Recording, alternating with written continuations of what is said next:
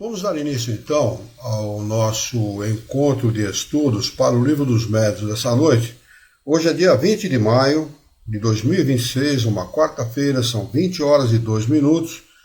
Nós estamos transmitindo esse nosso encontro de estudos em nome e em homenagem à Associação Jauense de Estudos Espíritas e estamos localizados na cidade de Jaú, estado de São Paulo, Brasil. Estamos estudando do Livro dos Médiuns o capítulo 23 da segunda parte da obsessão. O item é de número 254, é aquele que encerra este capítulo de número 23. Então, vocês que vão acompanhar com os livros abertos, por favor, abram seus livros no capítulo 23, item 254, para nós estudarmos esse item hoje. O Celso acaba de entrar, bem-vindo, Celso. Prazer, obrigado pela sua presença. Boa noite, Luiz. Boa noite, Alexandre. Boa noite. Boa noite, Celso. Boa noite. Aproveitamos aquela sua leitura sobre o Evangelho segundo o Espiritismo e fizemos um pequeno vídeo com aquela parte, viu? Ficou muito bom.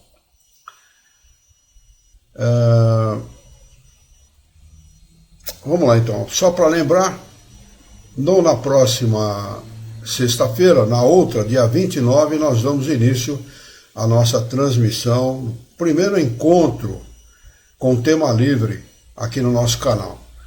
Nós vamos nominá-lo como Kardec Explica. E Kardec explica mesmo, explica racionalmente, né?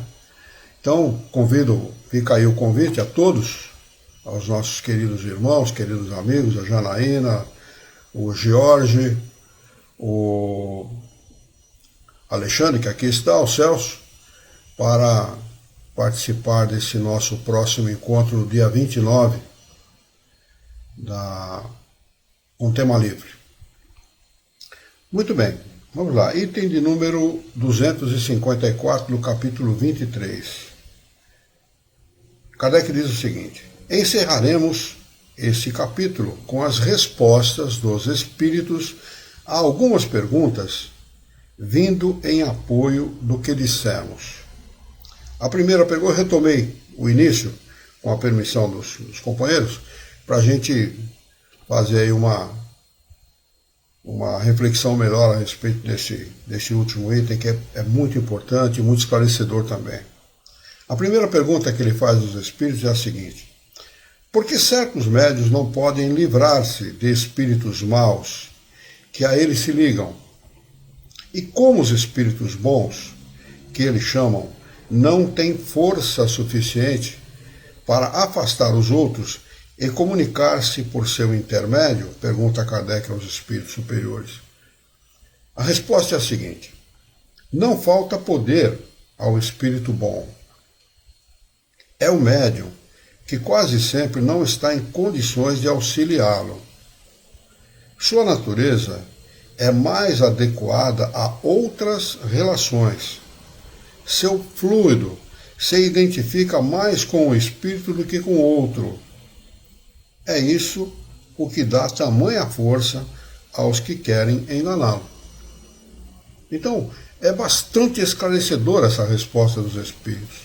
A natureza do médium, o que ele pensa, o que ele sente, o que ele faz, a vazão que ele dá para as paixões humanas, os vícios, né, é que vai fazer com que essa natureza não permita que os bons espíritos interfiram contra os maus espíritos. Eles têm força suficiente não só para afastar, para expulsar, para não permitir a aproximação deles, mas por que eles não fazem? Porque eles não podem interferir no livre-arbítrio de ninguém.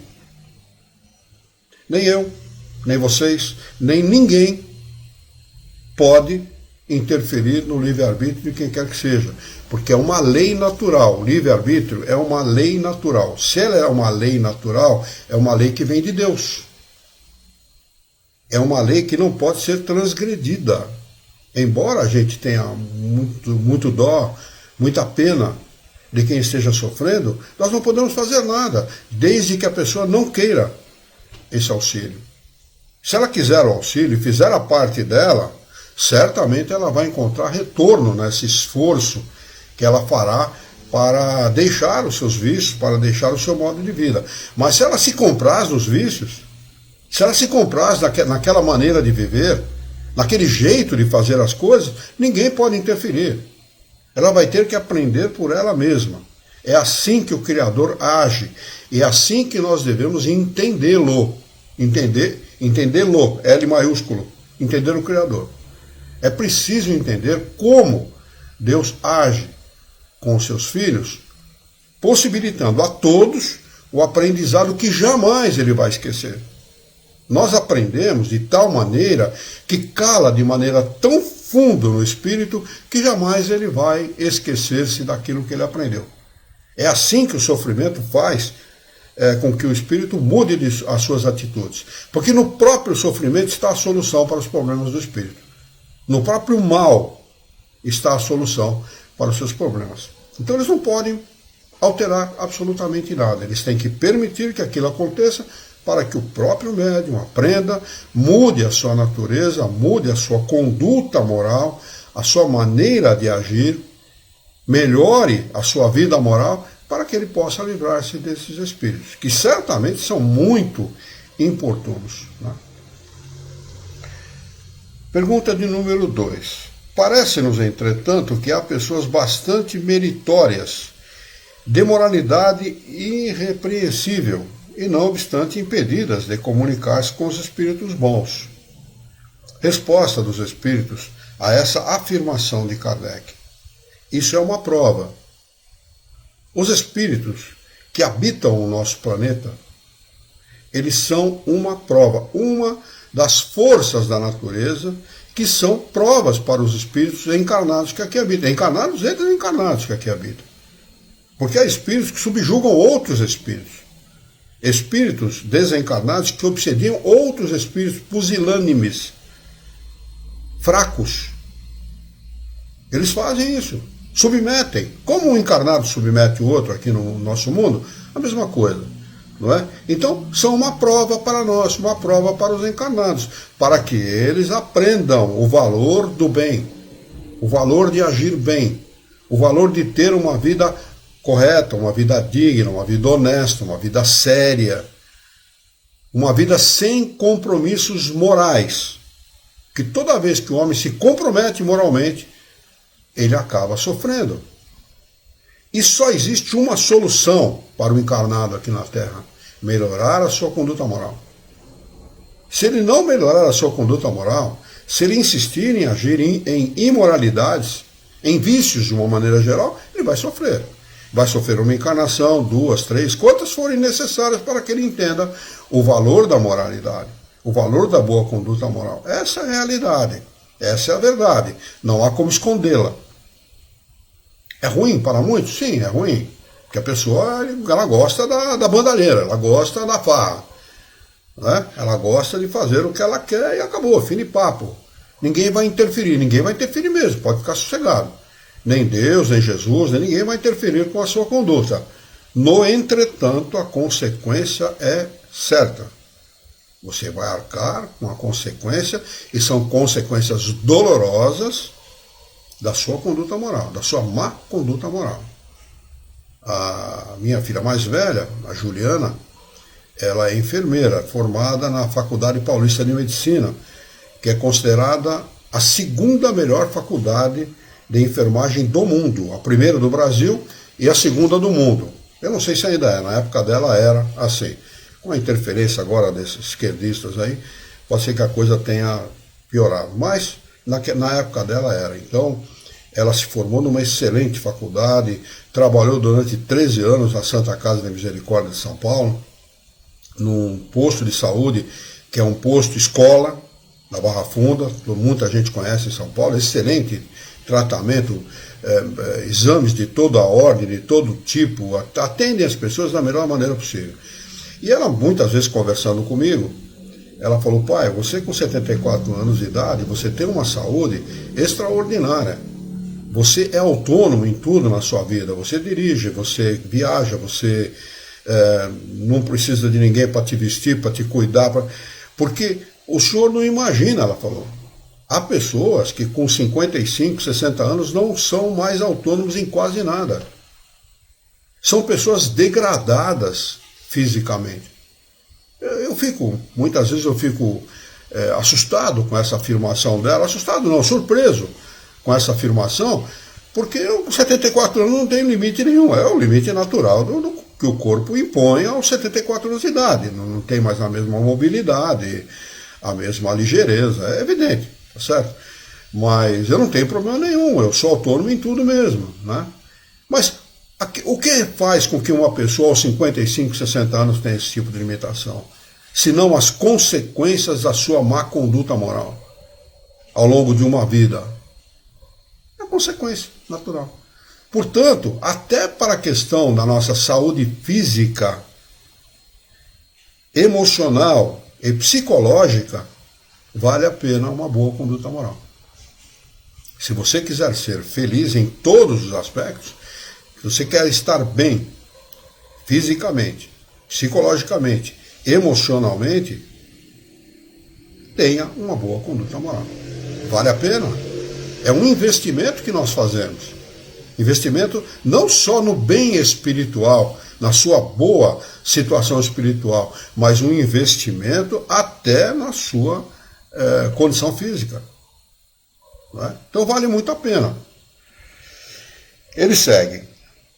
E quem te pode dizer que não trazem no coração um tanto manchado de mal?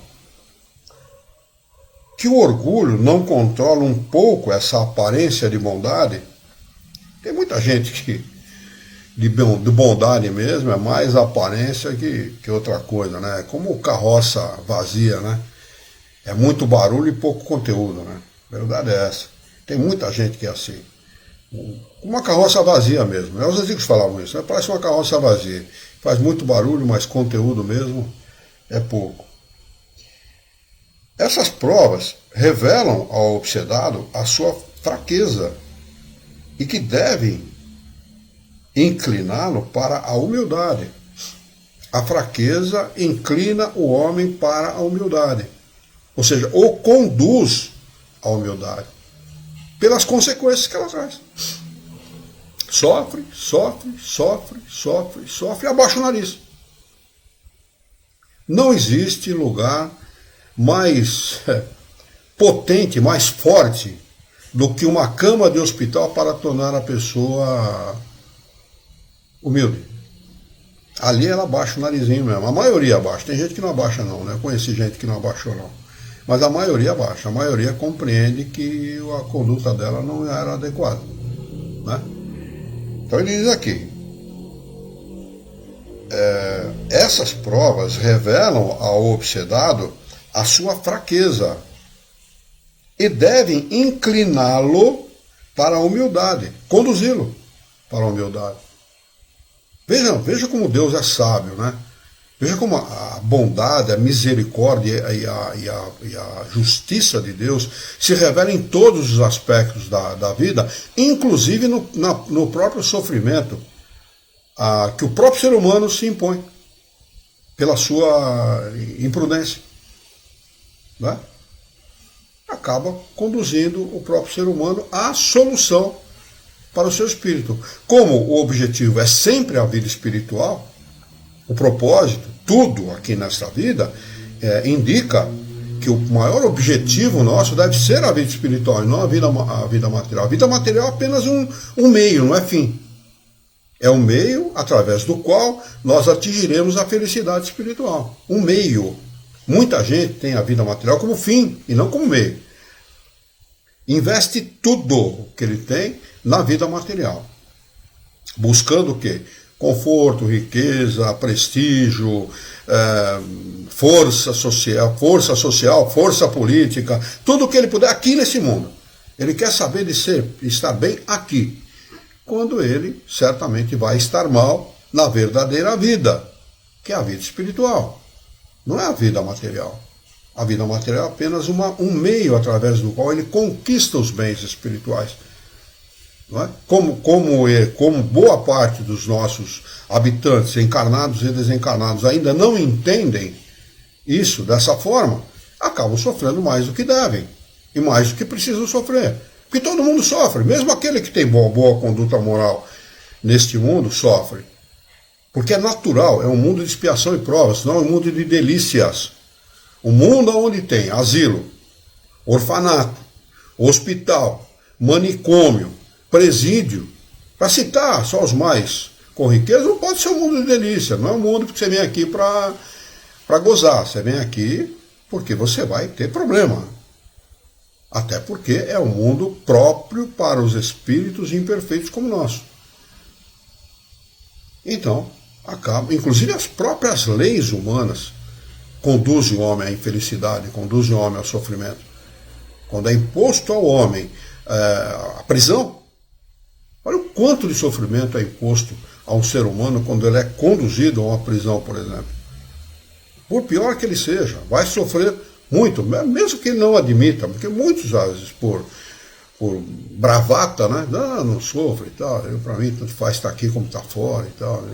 É bravateiro só, pura bravata, né? Que na realidade conduz a muito sofrimento. Então tudo neste mundo indica sofrimento, tudo neste mundo é próprio para isso, porque os espíritos, nossos espíritos, antes de encarnar, pedem isso, pedem essa situação, para poder entender o valor dos bens espirituais. Não é? Nós vimos aqui aprender isso, aprender a trabalhar, aprender o valor da dor e suportar a dor. Não é? Nós precisamos aprender. Tem gente que nem falar em dor para ela se arrepia. Ela não suporta a dor de espécie alguma. E nós vimos aqui aprender isso. Trabalho, tem gente que passa longe de trabalho, não quer saber trabalhar. Né? E é uma das coisas que o espírito vem aqui para aprender, porque a maioria é indolente. Ele quer saber de ganhar muito, mas trabalhando pouco.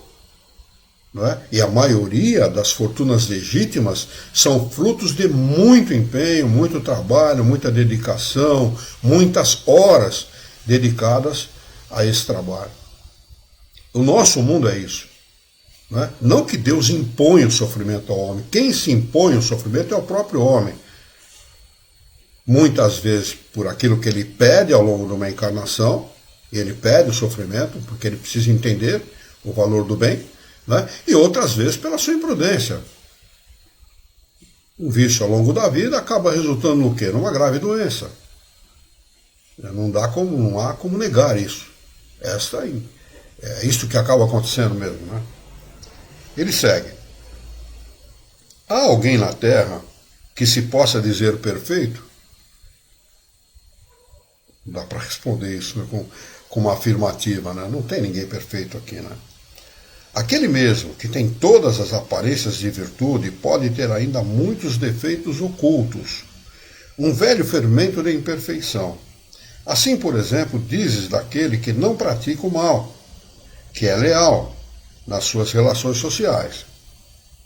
É um homem bom e digno, afirma-se a respeito dele, né? Mas sabe se essas qualidades não estão manchadas pelo orgulho? Se não há nele um fundo de egoísmo? Se ele não é avarento, invejoso, rancoroso, maledicente e muitas outras coisas que não percebes? Porque as suas relações com ele não te deram motivos para descobri-las? O meio mais poderoso de combater a influência dos espíritos maus é aproximar-se o mais possível da natureza dos bons. E não é nesse mundo que a gente vai fazer isso. Não é nesse mundo. Segundo a afirmação de... como é que é o nome daquele grande músico? Mozart. Tem uma entrevista de Mozart na primeira revista espírita de 1858, uma entrevista dele a Kardec. Segundo a afirmação dele, existem dois mundos antes do nosso.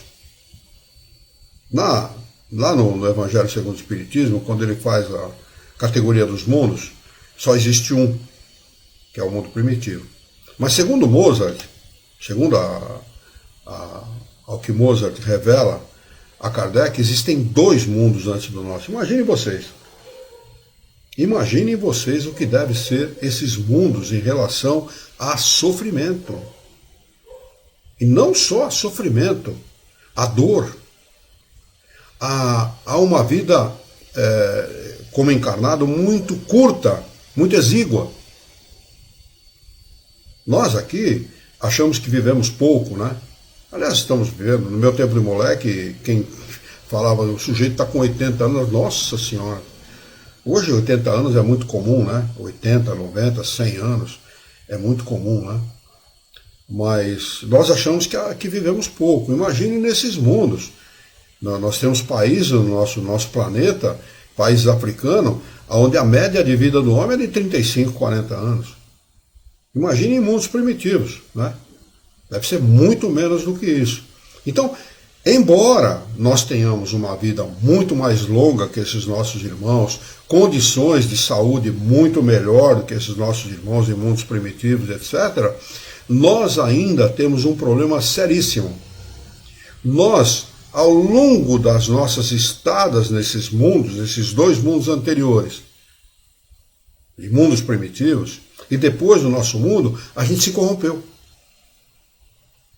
Porque nesses mundos se vive mais por intuição do que pela inteligência. Mas ao chegar neste mundo aqui, no mundo de expiação e provas, a gente vive mais pela inteligência do que pela intuição. Só que nós estamos aqui tentando fazer uma coisa: transformar a inteligência em bons sentimentos, em amor. O que é uma coisa extremamente difícil. Porque nós estamos corrompidos pela matéria. A matéria ainda ilude muito o ser encarnado neste mundo. Como nós vimos de mundos primitivos, o que nós conhecemos da vida? Matéria, matéria, matéria, sobrevivência, matéria, matéria, matéria. Chegamos nesse mundo, o que a gente faz? Amealhamos a maior quantidade de matéria possível para nós, com o propósito de sobreviver. É essa desculpa que muita gente se dá. Ah, não, eu preciso ter muito, porque eu quero deixar muito para os meus filhos e ter uma boa vida. Devido a esse nível de corrupção que a inteligência desenvolvida acaba imprimindo nos seres habitantes desse nosso planeta. Essa transformação da inteligência em bons sentimentos, ela acaba acontecendo no nosso mundo, quando o espírito melhora a sua condição moral. Aí ele é promovido ao mundo de regeneração, onde a condição é outra, completamente diferente. Ele começa um processo de desenvolvimento moral, intelectual, do pensamento e de moralidade muito grande. Mas até chegar aí, é corrupção, corrupção, corrupção, corrupção. Bom, veja o que está acontecendo no nosso mundo, veja o que acontece no nosso país e no mundo de uma forma geral. Pessoas defendendo coisas absurdas, ideias absurdas, comportamentos absurdos,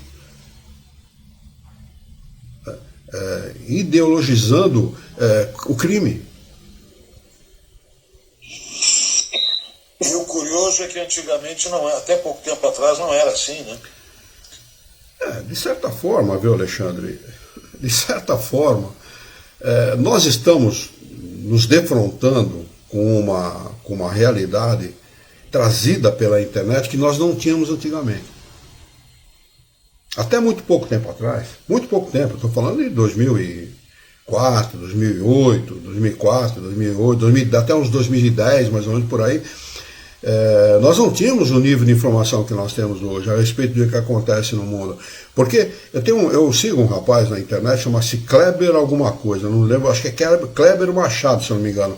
Ele é correspondente, ele é um jornalista correspondente, ele fala muito da Inglaterra, ele mora na Inglaterra e ele traz informações da Inglaterra para nós. Ele tem um canal, eu sigo esse canal dele, ele é muito bom como jornalista e tal. Mas veja, hoje ele deu uma informação a respeito de Cuba e dos acontecimentos em Cuba em tempo real. Em tempo real. Quando isso era uma coisa impensável até muito pouco tempo atrás. Então o nível de informação que se tem em tempo real é muito grande. Uma coisa acontece, uma mentira é falada em tal lugar assim, assim, no Brasil, em qualquer lugar do mundo, e eles desmentiram no momento seguinte.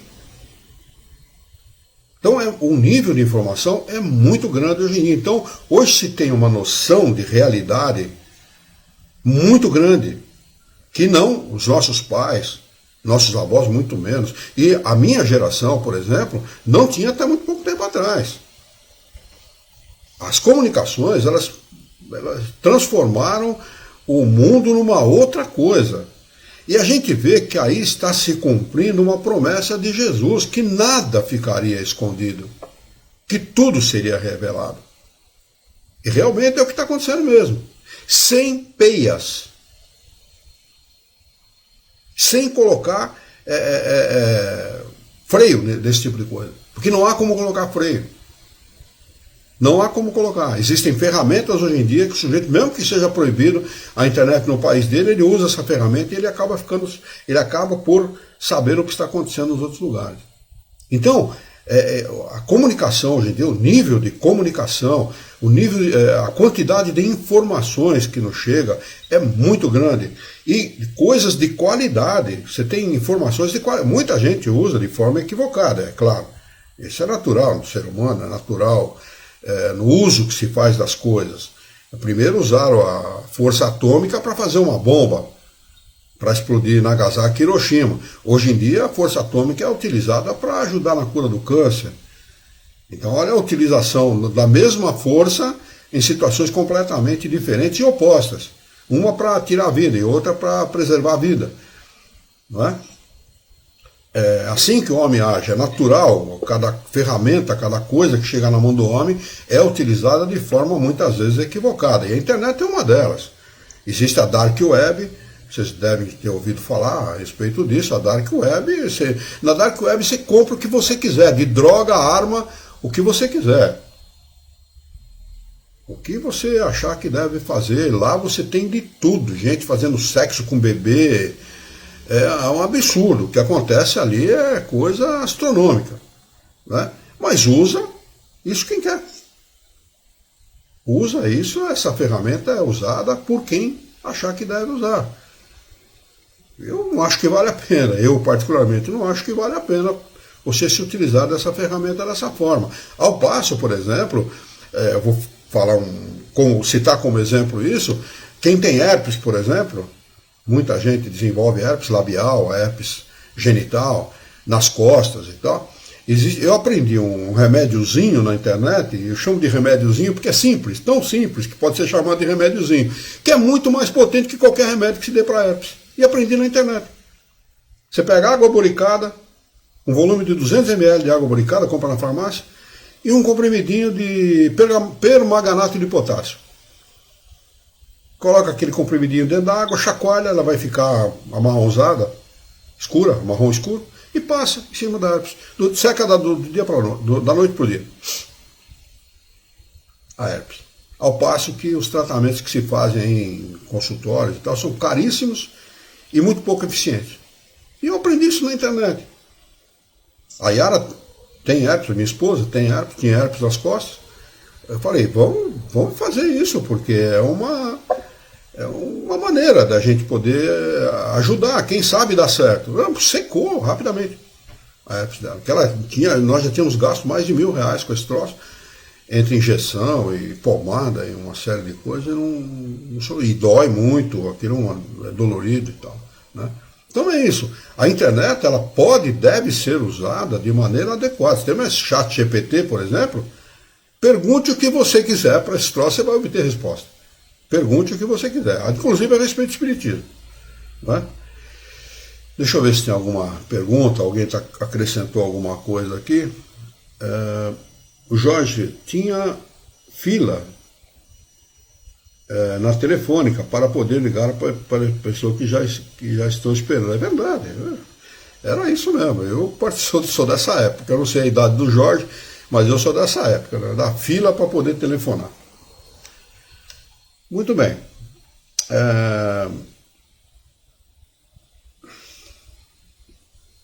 Terceira pergunta. A obsessão que impede um médium de receber as comunicações que deseja é sempre um sinal de indignidade da sua parte? Resposta: eu não disse que se trata de um sinal de indignidade, mas que pode haver obstáculos a certas comunicações, devido à natureza do médium. Identidade fluídica. Já falei, estudem os fluidos, é muito importante. O último capítulo do Evangelho segundo o Espiritismo trata disso em relação às preces, mas o capítulo 11, 12, 13, 14 e 15 da Gênese trata isso com a profundidade necessária. É interessante a gente saber como isto age. Nós vivemos mergulhados num oceano de fluidos, e os fluidos são neutros. Quem qualifica os fluidos é o nosso pensamento. Nós é que damos a qualidade aos fluidos. Cada pessoa tem uma atmosfera fluídica, que você acha que se pode chamar assim, própria. Tem gente que chega perto e se sente bem, tem outros que chega perto e se sente mal. Por quê? Atmosfera fluídica. Aquilo que o pensamento dela constrói em torno dela mesma. O carro do sujeito tem essa atmosfera, o ambiente de trabalho tem essa atmosfera, a casa tem essa atmosfera. Tudo que você faça, construído por bons pensamentos, tem uma boa atmosfera fluídica. E tudo que você faz, o contrário, a mesma coisa. Por que é que nós nos sentimos bem numa igreja? Só para dar um exemplo, qualquer igreja, independentemente da denominação religiosa. Porque lá todo mundo vai com bom pensamento.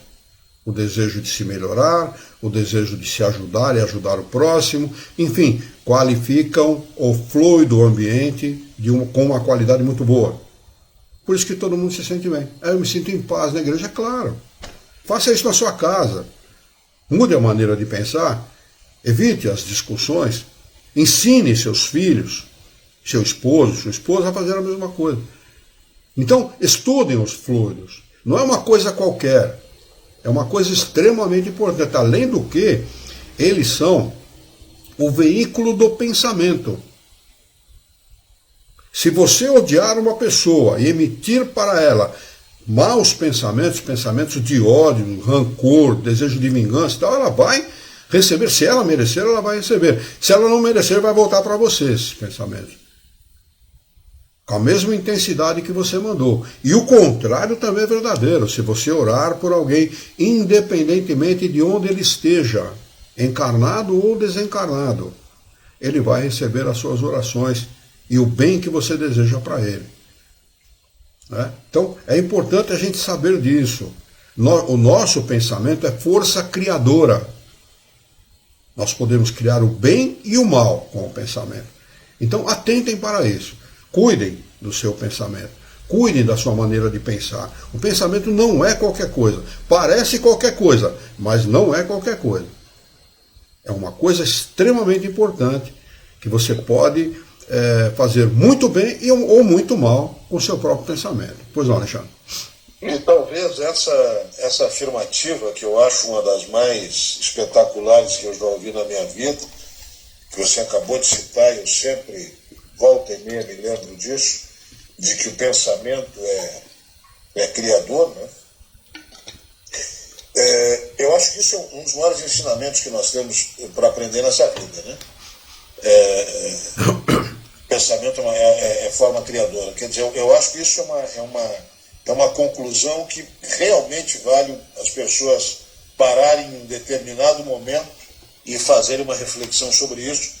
Tamanha a profundidade dessa conclusão, não, Luiz? Sem dúvida. É extremamente importante.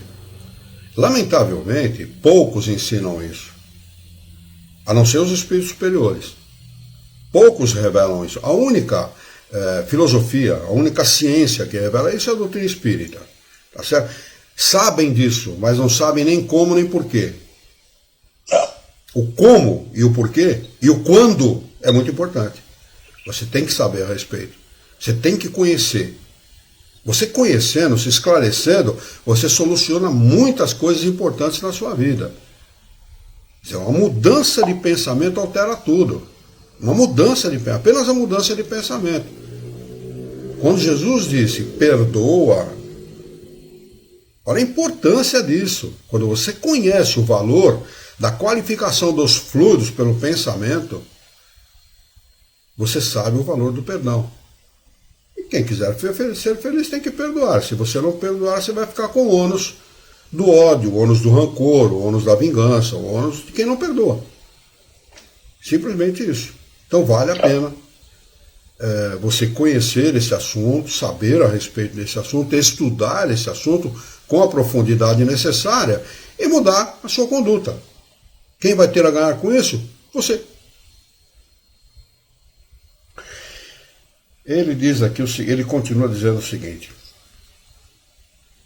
ele deve empenhar-se em vencer os obstáculos que estão nele mesmo. Obstáculos que estão nele mesmo. Não é de fora. Não é o espírito obsessor que impõe esses obstáculos, é ele mesmo. Sem isso, suas preces e suas súplicas nada farão. Não basta a um doente dizer ao médico: dá-me saúde, que quero passar bem. O médico nada pode se o doente não faz o necessário. Então, o cara está com problema de estômago. O médico manda o sujeito tomar remédio para estômago. Ele toma remédio para estômago, fuma e toma álcool. Ele bota a cura por um lado e o veneno por outro. Como é que ele pode curar-se? A mesma coisa se dá com o pensamento. Ele faz uma prece na igreja e maledicência na rua. O maledicente é o mesmo que ele não... Com a maledicência é o mesmo que ele não tivesse feito prece. E não vale de nada. Não tem significado nenhum a prece dele. Não tem resultado bom nenhum. Ah, mas eu fiz uma prece. Grande coisa que você fez. Você desfez tudo o que você tentou fazer com a maledicência. Pergunta de número 4. A privação de comunicar-se com certos espíritos seria uma espécie de punição? Resposta: em certos casos pode ser uma verdadeira punição, como a possibilidade de comunicar-se com eles é uma recompensa que deves procurar merecer. Pergunta de número 5. Não se pode também combater a influência dos maus espíritos orientando-os moralmente? Resposta: sim, mas é o que não se faz. E não se pode deixar de fazer. Porque é frequentemente uma tarefa que foi dada e que devias cumprir caridosa e religiosamente, com seriedade. Quando ele fala em religião aqui, ele está falando de seriedade, não é de culto. Culto é uma outra coisa. Culto são cerimônias destinadas a homenagear a Deus. Deus precisa de homenagem? Deus precisa ser entendido, não de homenagem. Então não tem nada a ver com culto, é seriedade. E seriedade, a maioria das pessoas não gostam de usar de seriedade com as coisas. Ah, você é muito sério, é um cara chato, mano. Né? Na realidade, seriedade é uma coisa extremamente importante, especialmente na lida com os espíritos. O objetivo da mediunidade é exatamente essa: ajudar a orientar moralmente e mudar a conduta moral dos maus espíritos. Este é o propósito, o grande propósito da mediunidade. Porque eles se aproximam mesmo, eles estão ombreando conosco, eles estão lado a lado conosco. Ou vocês acham que não tem milhares, talvez bilhões de espíritos assistindo a nossa conversa? Essa conversa que nós estamos tendo. É claro que tem. E muitos. Aqui comigo, certamente, com vocês aí, certamente. Por quê? Porque Deus, na sua sabedoria, os coloca para orientar-se através disso, através dessas conversas de um teor elevado, para mudar a própria conduta moral dos espíritos. E é o que o médium deve fazer. Ele diz aqui, olha, sim, quando ele pergunta se o médium deveria orientar moralmente esses maus espíritos, ele diz sim, mas é o que não se faz. É o que a maioria não faz. Utiliza-se dos espíritos para conquistar coisas materiais. Compra, com cerimônias, com rituais, esses espíritos para conquistar coisas materiais. E não se pode deixar de fazer, diz ele aqui, porque é frequentemente uma tarefa que foi dada e que devias cumprir caridosa e religiosamente. Por meio de bons conselhos, pode-se levá-los ao arrependimento e apressar-lhes o adiantamento. Olha, se você apressa o adiantamento de um desencarnado aqui na Terra, quando você for um deles, alguém vai te ajudar também. Ah, mas eu não vou precisar. Quem garante? Quem garante que você não vai precisar? Ah, não, eu conheço espiritismo, eu sei de... E daí, cara? E daí? E as burradas que a gente faz ao longo da vida? E os erros cometidos? E a falta de elevação moral que todos nós temos? De uma maneira ou de outra, mais ou menos, uns mais, outros menos. Como é que fica? Quando você desencarnar, você vai ter que arcar com essa responsabilidade. E daí, você vai precisar muito da caridade alheia, muito da ajuda dos bons espíritos, muitas vezes da ajuda de bons médiuns, desses médiuns que comprometem em auxiliar espíritos desse tipo. Pergunta de número 5A. Como pode um homem ter mais influência nesse caso do que os próprios espíritos? Resposta. Os espíritos perversos se aproximam mais dos homens que procuram atormentar que dos espíritos, pois destes se afastam o mais possível. O espírito elevado, ele foge dos caras, ele não quer dar trela para os caras. Ele não quer dar conversa, ele vai se aproximar dos homens. Se ele puder atormentar, ele vai atormentar mesmo. Se ele não puder te atormentar, você der chance para ele entrar dentro da tua casa, ele atormenta um filho, atormenta o marido, atormenta a esposa, cria confusão, cria discussão dentro da família, cria problema dentro da família, que é justamente para criar problema para você. Ele vai dar o jeito dele. Se você permitir, é claro. Se você não permitir, se você se utilizar dessas ferramentas com esse propósito, você que vai ajudá-lo. Em vez de atormentador, ele vai ser atormentado a mudar a sua conduta moral. Vai receber bons exemplos, vai cair em si e falar, pô, fazendo burrice, né, pô? Tá certo? Eu estou jogando contra o próprio time, chutando contra a própria trave. E vou acabar fazendo gol contra, e faz mesmo, e acaba sofrendo. Eles acabam entendendo isso. Há muitos espíritos que desencarnam, quando a pessoa que não tem lida, que não tem intimidade com o assunto, ela pensa a respeito, acho que o sujeito desencarna vira santo. Não é assim, não. Ele vai descansar, agora descansou coisa nenhuma, agora que vai começar o problema dele. Muitas vezes é na morte que começa o grande problema do espírito. Então, é preciso auxiliar esses espíritos, é preciso, de alguma forma, ajudá-los a compreender, a entender o que está acontecendo, porque eles não entendem. Morrem apegados aos bens materiais, morrem apegados ao dinheiro, morrem apegados ao poder político que tinha, ao poder social que tinha, à empresa que tinha. Morrem apegados ao terreninho, que ele era um pobre, mas tinha um terreninho, então ele é apegado ao terreninho, é meu, isso aí é meu. Ninguém muda. E atormenta a pessoa. Se uma pessoa constrói uma casa em cima de um terreno cujo espírito se acha dono, ele atormenta aquela família. Se ele puder, ele atormenta até umas horas. Tinha uma casa aqui em Jaú, em 2000, eu sei, porque eu era presidente de uma casa espírita aqui em Jaú, tinha uma casa que pegava fogo nos cantos da casa, né? Nós evocamos esse espírito num trabalho lá no centro espírita e ele falou, não, é meu lá, não quero ninguém lá não. Aquilo é meu. Ele era dono da gleba, talvez um fazendeiro, sei lá. Entendeu? E atormentava a família de evangélicos. Rezavam por música, rezavam toda hora. Nos cantos que eles estavam, eles rezavam. Nem permitiram que eu fizesse uma prece lá dentro, porque os pastores não autorizavam. Só me permitiram, porque como a gente é espírita, eles achavam que a gente podia levar alguma solução para o problema deles. Mas é assim, o espírito quando desencarna, ele é exatamente o que ele foi aqui nesta vida, como encarnado.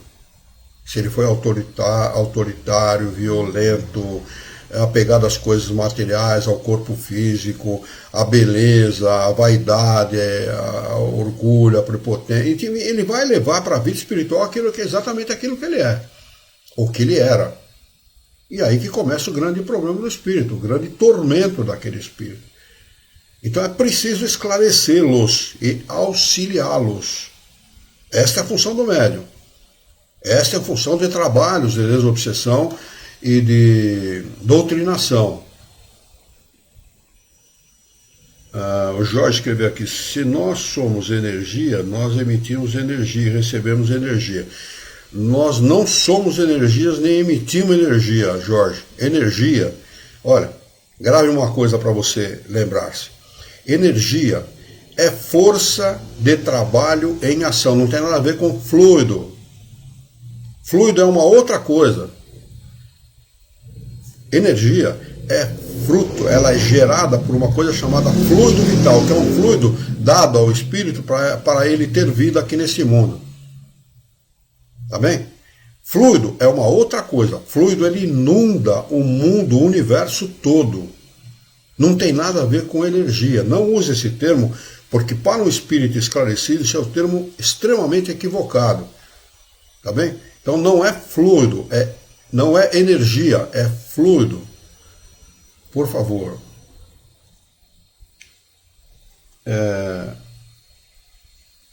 Eles dizem aqui. Ele continua dizendo: nessa aproximação aos humanos, quando encontram quem os tenta moralizar, a princípio não lhe dão ouvidos e até riem-se dele, mas depois, se este soube prendê-los, acaba por sentir-se tocados. São seres com um sentimento como o nosso. Quando alguém lhe traz, sensibiliza a pessoa, seja o espírito, seja ele encarnado ou não, ele muda a sua maneira de pensar, ele se sente sensibilizado, tocado nos seus sentimentos. É isso que acontece com esses espíritos, embora sejam considerados maus espíritos. Eles são maus até a página 2, porque todos estão sujeitos a uma lei chamada lei de progresso, de progressão espiritual, não tem como fugir a ela. Mais dia, menos dia, acabam sendo tocados pelas boas ações daqueles que o circundam, daqueles que estão em torno deles, sejam eles encarnados ou não. Porque assim, esta é a nossa função aqui no nosso mundo. Tanto em moralizar encarnados, como em moralizar desencarnados. Depende da sua atitude, depende do seu comportamento. Se você age mal, como é que você vai moralizar alguém? Encarnado ou desencarnado? Não tem como. Agora, se você é uma pessoa boa, reta, que procura ter bom comportamento moral, é evidente que aqueles que estão à sua volta, inclusive os desencarnados, serão auxiliados a compreender uma outra maneira de viver que talvez eles nunca tiveram um exemplo até aquele momento. Existem maus pais, mau pai e má mãe, que dão péssimos exemplos morais para os filhos, que são verdadeiros inimigos dos filhos. E o sujeito cresce daquela maneira. Aliás, o problema das pessoas sempre tem origem na família. Podem pesquisar. Quando a pessoa tem um problema moral grave, tem origem lá na família dela. Lá, ou na mãe ou no pai. Ou nos dois. Podem fazer esta pesquisa, que vocês vão notar que isto é uma verdade inconteste. É sempre assim. Quem teve um bom pai, uma boa mãe, um pai moralizador, enérgico, sério, que soube educar os filhos, normalmente tem um comportamento diferente. Normalmente. Pode até se conduzir mal pela vida por decisão própria, mas recebeu bons exemplos. E sempre se lembra dele. Vai sempre se lembrar desses bons exemplos. Porque esta é a função do pai e da mãe. Torcer o pepino enquanto ele é novo. Se relegam isso a segundo plano, o pepino vai continuar torto o resto da vida. Mas se tratam de cuidar bem da educação moral dos filhos, esse filho certamente vai conduzir-se pelos bons caminhos. Né? Essa é a função do pai e da mãe, é uma missão.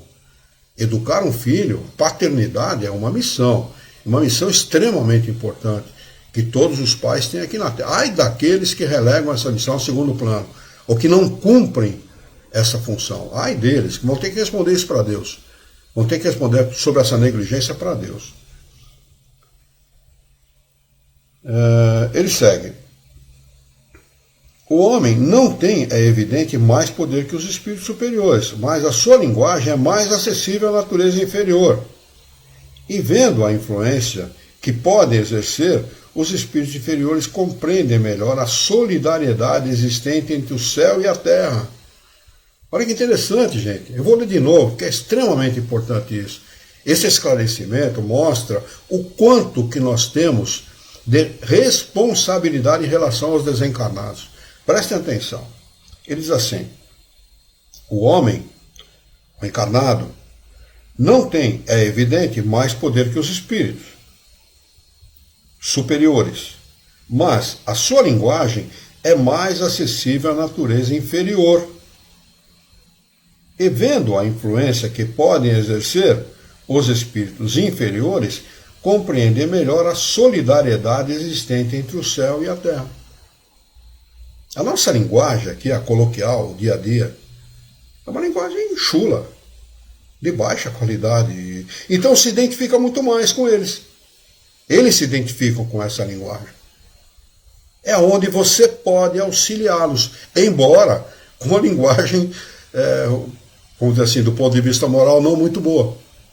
Mas eles vão vendo o seu comportamento. Pô, ele fala isso, ele fala aquilo, ele fala um palavrão, mas ele tem uma boa conduta. Olha como é que ele se conduz pela vida. A gente pensa que as pessoas, tanto encarnado como desencarnado, não nos observam. Mentira isso, viu? Observam e muito. Estão de olho no seu comportamento. E utilizam-se desse comportamento, muitas vezes, como exemplo para si. Então, essa solidariedade entre o céu e a terra de que ele está falando, refere-se exatamente a isso. Luiz, eu arriscaria dizer aí nesse comentário que os desencarnados, eles observam muito mais do que os encarnados, viu? Com certeza. Você tem toda a razão a esse respeito. Toda a razão, evidentemente. Porque até tem mais tempo para isso, né? Não tem os mesmos compromissos que nós temos de, vamos dizer assim, de salvar o dia para o estômago, né? De alimentar e as próprias necessidades, né? Sim. Quando nós estamos falando de espíritos inferiores, ou pelo menos moralmente inferiores a encarnados, né, que têm uma ascendência moral superior, esses, aí sim, aí eles geram uma dependência, uma necessidade nesse quesito de observação. Porque o comportamento moral efetivo, né, correto, né, de um encarnado o desperta muito, justamente para a própria questão do progresso dele mesmo em erraticidade, né? Sem dúvida. E é o instrumento que Deus se utiliza. Nós somos professores uns dos outros, aprendemos uns com os outros. Infeliz aquele que acha que sabe muito e que não tem nada para aprender.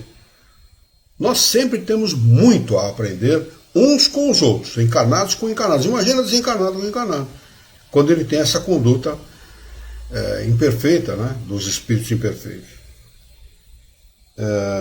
Ele segue arrematando a resposta. Além disso, o ascendente que o homem tem, que o homem pode ter, desculpe, sobre os espíritos, está na razão de sua superioridade moral.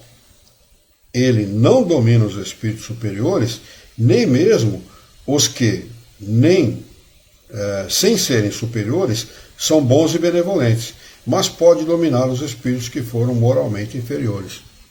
Que forem moralmente inferiores. Não é? Então, você pode fazer muito bem. Mesmo estando encarnado aqui na Terra, mesmo tendo um comportamento, assim, de certa forma duvidoso, você pode fazer muito bem se você quiser. Depende única e exclusivamente de você fazer o bem. Né? O bem sempre é possível a todos, né?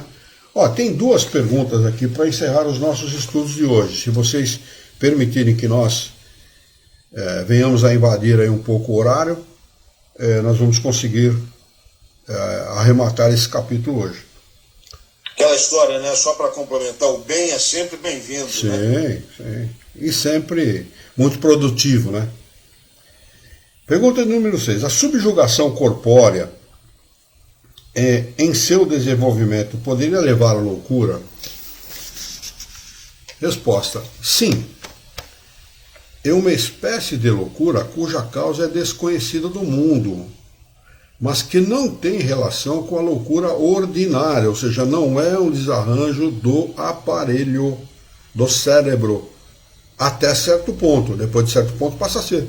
É tanto que o cara vive aquela situação que desarranja o órgão cerebral, né? Mas que não tem relação com a loucura ordinária. Entre os que são tratados como loucos, há muito que são apenas subjugados. Necessitariam de um tratamento moral, enquanto os tornam loucos verdadeiros com os tratamentos corporais.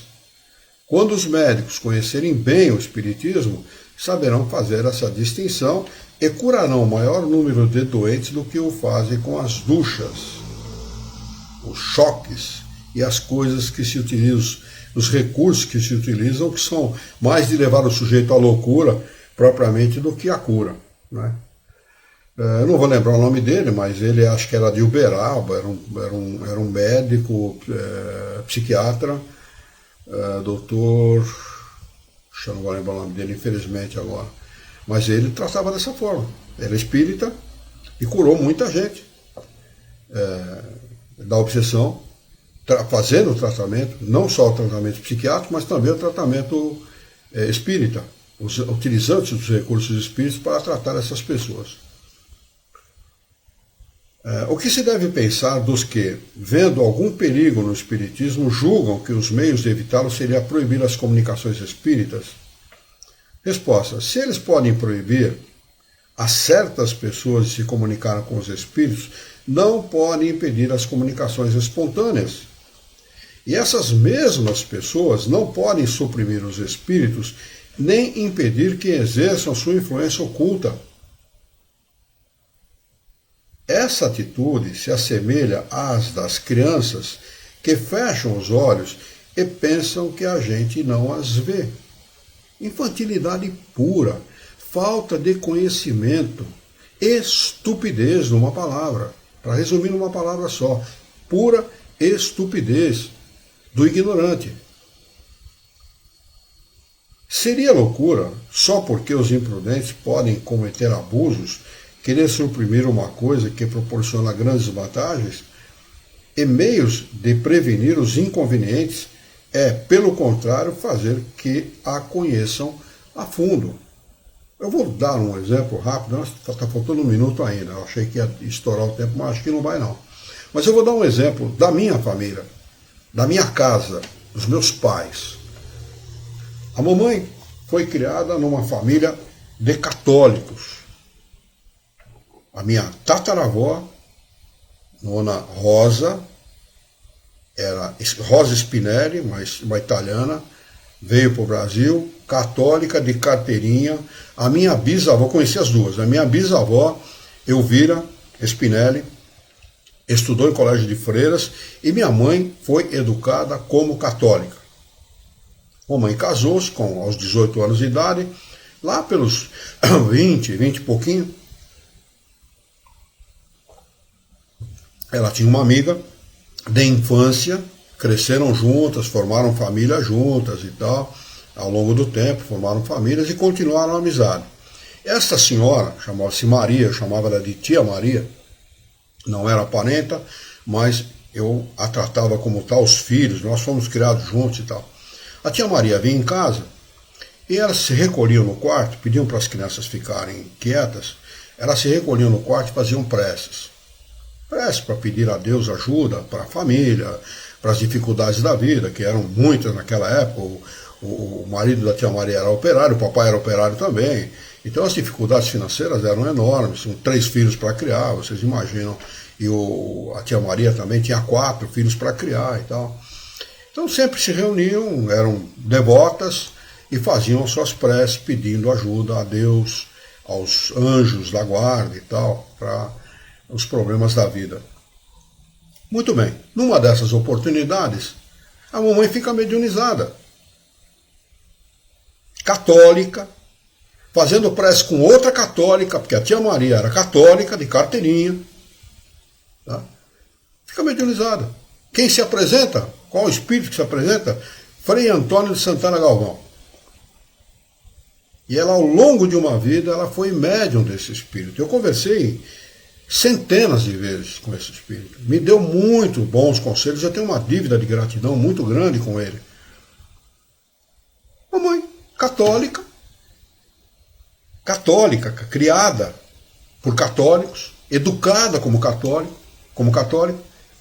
se tornou médium espontaneamente. Então não há como não permitir a manifestação espontânea dos espíritos, muito menos as suas influências. Aqueles que acham que não são influenciados pelos espíritos, aí que são muito mais do que os outros. Muito mais, porque dão brechas, né? Acho que não é nada, que é coisa do pensamento do sujeito e tal, aí que dão brecha para os espíritos. Então, fica aí um acréscimo de explicação a esta resposta dos espíritos, que confirma essa resposta. A mamãe jamais pensou em ser médium. A mamãe nem pensava em espiritismo. Uma das minhas tias, tia-avó, tia Helena, ela se tornou médium porque ficou obsediada.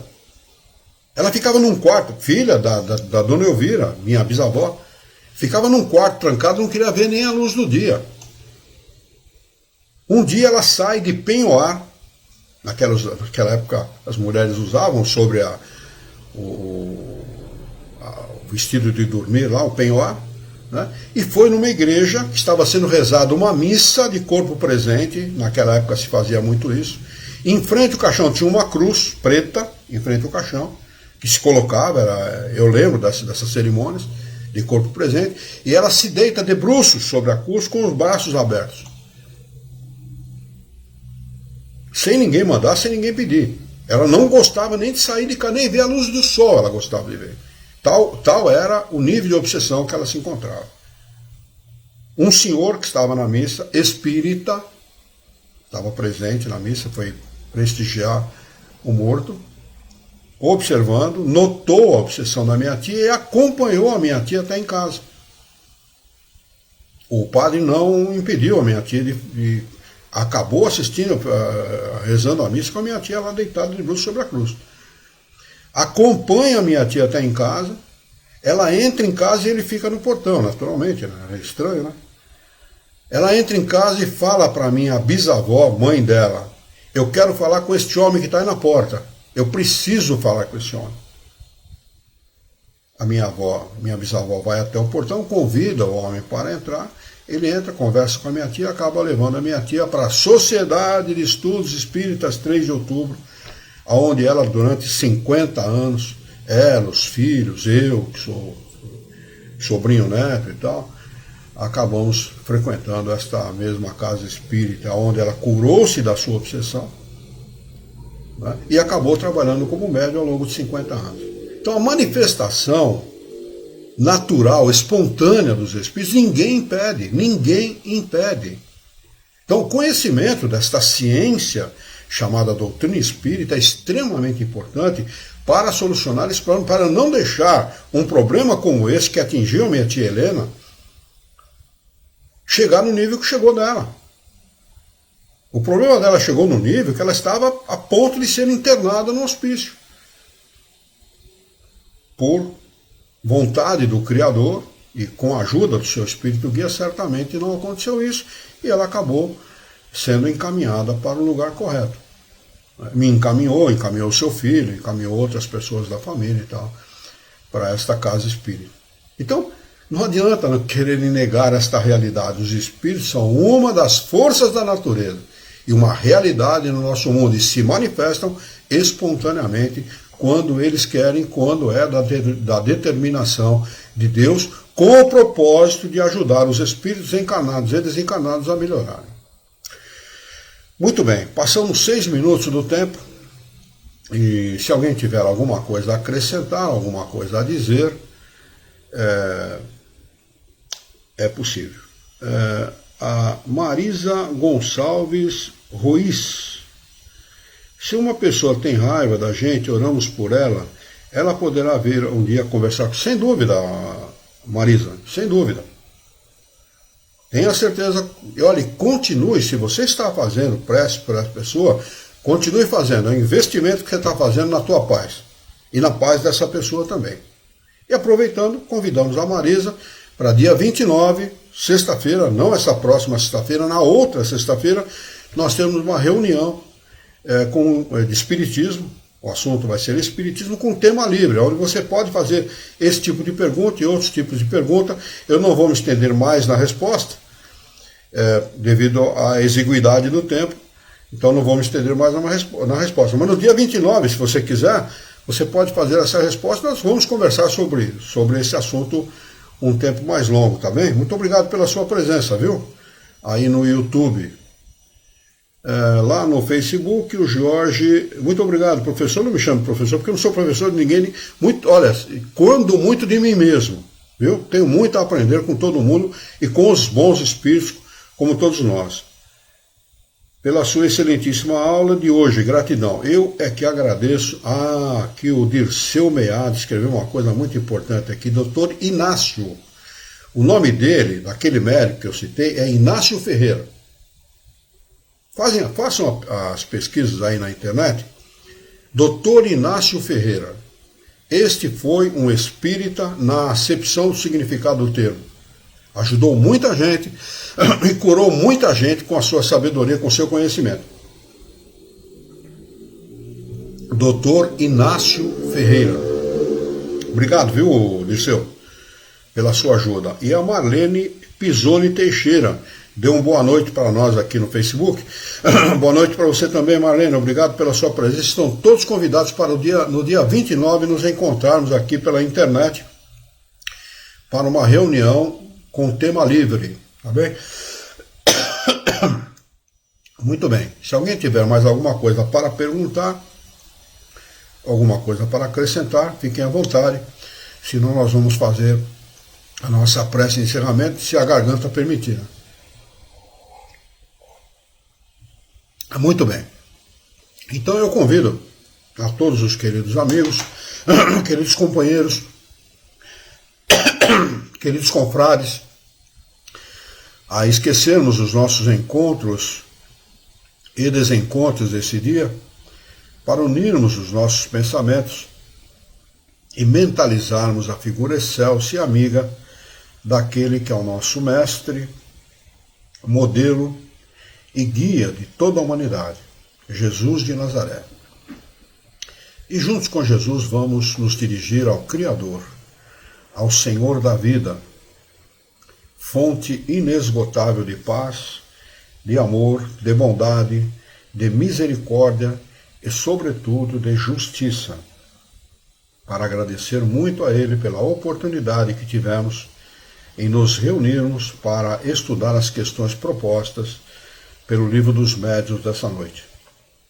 Queira a vossa bondade, o vosso amor, a vossa misericórdia, que tenhamos bom ânimo, coragem, determinação, ideias renovadas, alegria de viver e muito entusiasmo, para que nós possamos trabalhar e sermos úteis à sociedade em que vivemos.